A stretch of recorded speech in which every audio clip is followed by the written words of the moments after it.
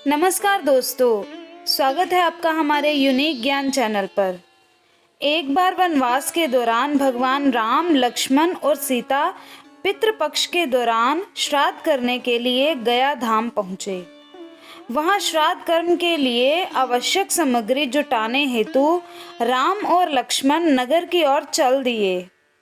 उधर दोपहर हो गई थी। पिंडदान का कुतुब समय निकलता जा रहा था और सीता जी की व्यग्रता बढ़ती जा रही थी। तभी दशरथ जी की आत्मा ने माता सीता के समक्ष पिंडदान की मांग कर दी। गया जी के आगे फल्गु नदी पर अकेली सीता जी असमंजस में पड़ गईं। उन्होंने फल्गु नदी के साथ वट वृक्ष, केतकी के फूल और गाय को साक्षी मानकर बालू का पिंड बनाकर स्वर्गीय राजा दशरथ के निमित्त पिंडदान दे दिया। थोड़ी देर में भगवान राम और लक्ष्मण लौटे तो माता सीता ने कहा कि देरी के कारण समय निकलता जा रहा था, इसलिए उचित समय पर मैंने स्वयं पिंडदान कर दिया। ये सुनकर श्री राम ने कहा कि बिना सामग्री के पिंडदान कैसे हो सकता है, इसका प्रमाण दो। तब सीता जी ने कहा कि ये फल्गु नदी की रेत, केतकी के फूल, गाय और वट वृक्ष मेरे द्वारा किए गए श्राद्ध कर्म की गवाही दे सकते हैं। लेकिन फल्गु नदी, गाय और केतकी के फूल तीनों इस बात से मुकर गए। सिर्फ वट वृक्ष ने सही बात कही।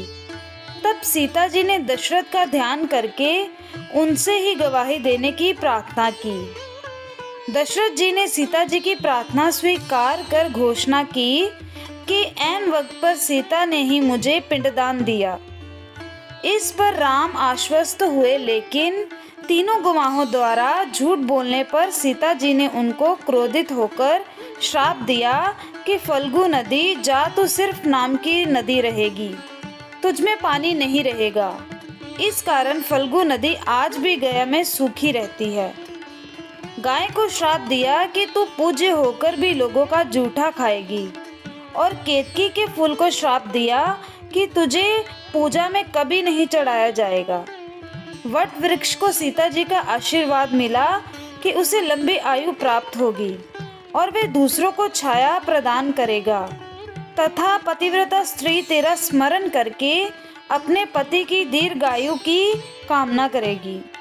यही कारण है कि गाय को आज भी जूठा खाना पड़ता है, केतकी के फूल को पूजा पाठ में वर्जित रखा गया है, और फल्गु नदी के तट पर सीता कुंड में पानी के अभाव में आज भी सिर्फ बालू या रेत से पिंडदान किया जाता है। सीता माता के श्राप के कारण आज भी फल्गु नदी सूखी है, गाय जूठा खाती है और केतकी के फूल को पूजा पाठ में वर्जित माना गया है। इसलिए ये जानना ज़रूरी है कि साक्षी के वक्त झूठ बोलने से पाप लगता है।